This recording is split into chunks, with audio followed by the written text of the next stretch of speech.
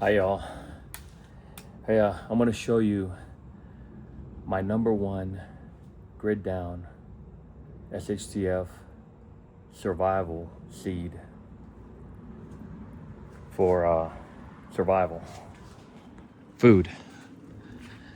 My number one seed, it would be, let me show you right here. These are Asian beans, right? You could eat the leaves. That's a good seed to have.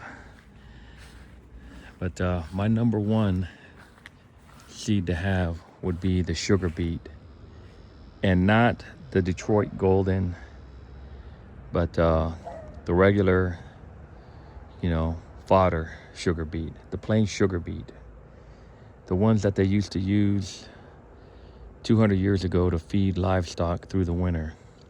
Okay. And the only reason this sugar beet, it's just a basic sugar beet, it's where our sugar comes from. The reason it went out of favor was because it was cheap to produce corn right here. But this sugar beet could be planted, I'm in zone 8B, it could be planted in October, and it'll provide all the way up through September. A full 12 months, 11 and a half months, okay, before you have to retill the soil. But I've got to pull that one at least to make room for the corn planting, succession corn planting. But this is I'm going to show you why this is the number one survival seed to have, okay? Now, you could eat the leaves on the sugar beet, but let me go ahead and show you. Let me go ahead and pull this guy. Okay, it's 1,500 calories a pound. And, that's almost a pound there. Okay, see that? I'm going to go ahead and eat this one.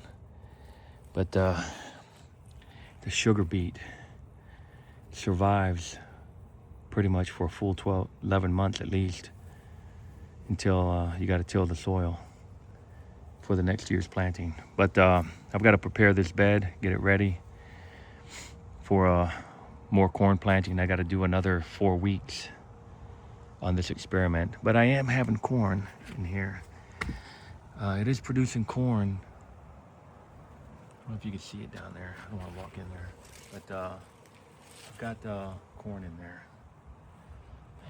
Yeah, well, can't see it, but it's in there. But yeah, the sugar beet.